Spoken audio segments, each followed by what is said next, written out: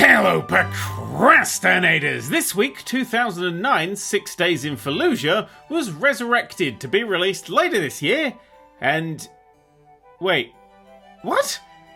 Actually, a quick note here, the rest of this video isn't going to be very fun, and I'm going to talk about war, which, you know, it's a right shitter. If you're having a nice day and don't mean to whittle all over that, then feel free to abandon this video and go watch the new Map Men video that came out like a week ago. It's very good. Thank you. 17 years ago, in 2009, a game was announced and died in pretty much the same month. It was called 6 Days in Fallujah and was set during 2004's very real Second Battle of Fallujah, a battle which I believe history books refer to as peak Iraq War. Let's do some really quick context here, and I mean really quick. In the early 2000s, Bush and Blair wanted to do a war in Iraq, so they did a lie, said Iraq had nukes, and declared an illegal war on the concept of terror. For the next 8 years, 8 months, and 29 days, they did a war, killed a baddie with a mustache, and hundreds of thousands of civilians. About 80% of people now think that this war was not a good idea. A year or so into that war, in April 2003, US Army soldiers in the city of Fallujah fired into a crowd of Iraqi protesters, killing about 20 probably unarmed civilians. This made Fallujah not the most stable of places, and a year later 4 private military contractors were beaten, set on fire, and hung from a bridge. America unsurprisingly took that personally and attacked Fallujah. They fucked it right up, left anyone they could find in charge and bailed. The people they left in charge got woololooed over to the insurgent side, and they handed all the US's weapons over to them. Ding ding ding, round 2. The second Battle of Fallujah was a fucking bloodbath. The US sent 10 times the troops as before and decided to get the job done by any means necessary. 100 coalition troops died alongside around 1,500 insurgents, and the Red Cross estimates about 800 civilians too. So far, so bad. Here's a fun fact for you, stretching the idea of fun to include the sort of thing that Miss Trunchbull thinks about before she goes to sleep. A lot of people believe that white phosphorus was used in this battle as a weapon instead of as a smoke grenade type deal, like, for lack of a better word, normal. For those of you who haven't played Spec Ops The Line, a game I'll be referencing here quite a bit because it's specifically anti this sort of thing, white phosphorus spontaneously catches fire in the air and can chemically burn your skin down to the bone. That Map Men video looking real good right about now, huh? The debate on whether or not white phosphorus was used as a weapon has ranged for about 15 years, which is odd because the US military admitted they did just 1 year after the battle. A spokesperson for the US military has admitted that soldiers used white phosphorus as an incendiary weapon while trying to flush out insurgents in the northern Iraqi city of Fallujah last year. Extra fun fact: British law prohibits British forces from being present in a theatre in which phosphorus is used as an anti-personnel weapon, whether or not the targets are military personnel. So, a lot of dead civilians, the use of white phosphorus, and, your friend and mine, war crimes. Anything else?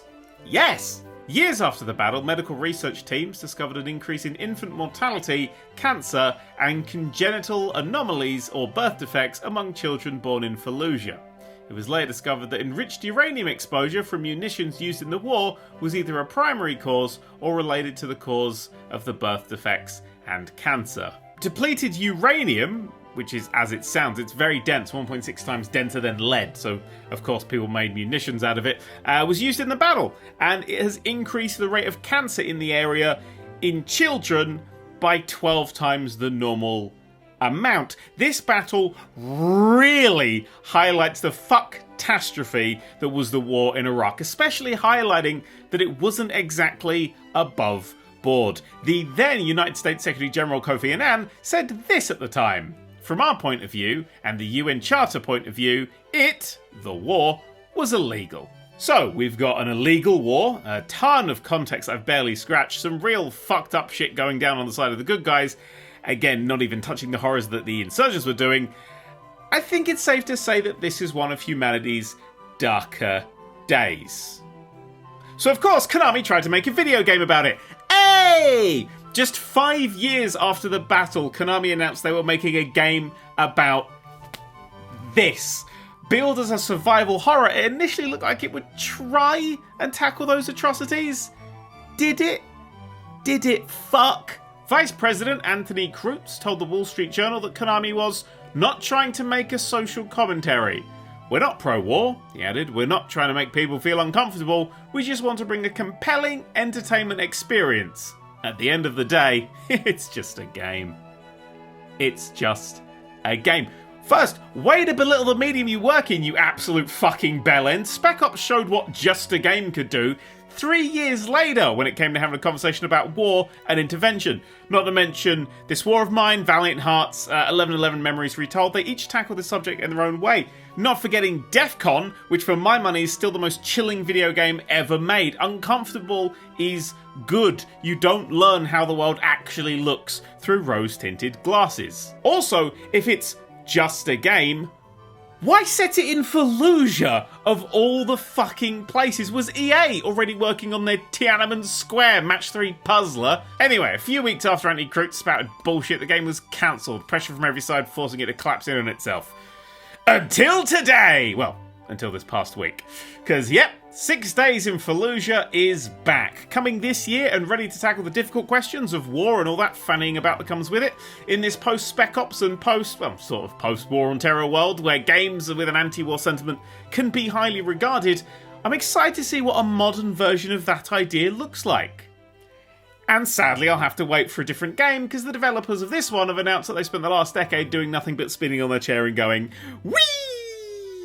In an interview with Polygon on Thursday, incidentally this Polygon article was fucking great, after the game was announced for a second time, he, Peter Tamte, head of 6 Days in Fallujah publisher Victoria, was insistent that developer Highwire Games will not grapple with the political machinations that led to the titular conflict.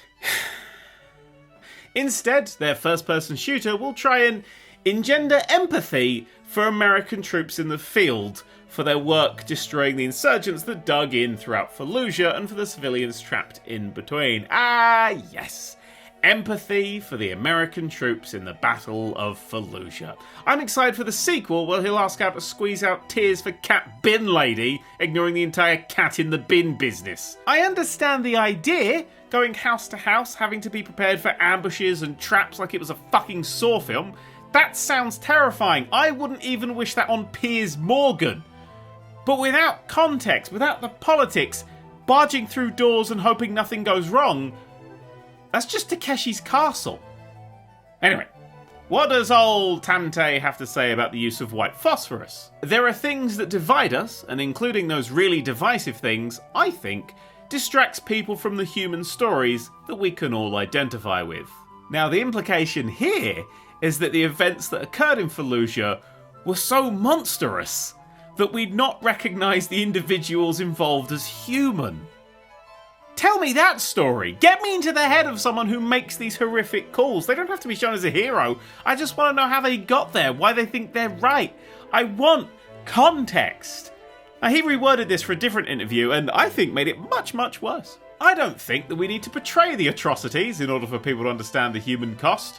We can do that without the atrocities. Oh, fucking course you can do that without the atrocities. I don't know about you, but I think a character committing atrocities is a harder sell, empathetically speaking. Imagine having the fucking nerve to take atrocities out of a place that's basically known for its atrocities. Fuck, he's onto something here. Whip out the atrocities and you can make a game out of any event in history. Coming soon from Peter Tamte, Auschwitz Tycoon. The problem Tamte is having is that the atrocities are on the side he's portraying as sympathetic. Is he going to get rid of all the atrocities from the other side too? No, because that's not his narrative. There were good guys who didn't do atrocities and the bad guys who did. The end. No further questions. The reality is that most people are not aware of the battle for Fallujah, Tamte continued, and so by talking about this battle in a game, we are helping people remember the sacrifice of some very specific people. Yeah, but you're not though, are you? You're not. You're whitewashing over a hideous historical event where hardly anybody was in the fucking right. By recreating this time in history and erasing its context, political or otherwise, you are at best betraying history and at worst, rewriting it. You know, I wondered for a long time before writing this, why would you try and sell one of the US's and the UK's worst modern battles as a woo, go us kind of game? But that's why, isn't it? Because it was so fucking bad. If you can ignore context, and that's a big if, Of course you can tell a hero story about this. Of course you can have that one brave soldier who risked their life to save some civilians shortly before their dad presumably gets turned around at the city limits, mum's flesh is burnt to the fucking bone, and little Timmy dies of leukemia before he's 20. You admit it yourself, Tamte, that most people are not aware of the battle. Seems ripe for recontextualizing to me. Almost all of the outrage I've heard are from people who are not in Fallujah. Temte said, I think we live in a culture where we feel the responsibility to defend people, whether they want to be defended or not, on social media. And I am sure that there are people who are in Fallujah who will be offended. Christ. I mean, if there was ever a catchphrase for America's last few decades of war, it would be whether they wanted to be defended or not.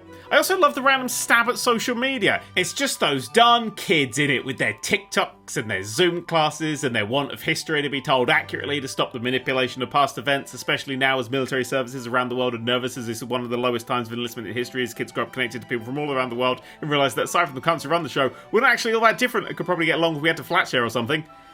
The bastards! To put it mildly, the Battle of Fallujah wasn't a good time. A whopping 60% of the buildings in the city were damaged or destroyed, and hundreds of thousands of lives were fundamentally ruined.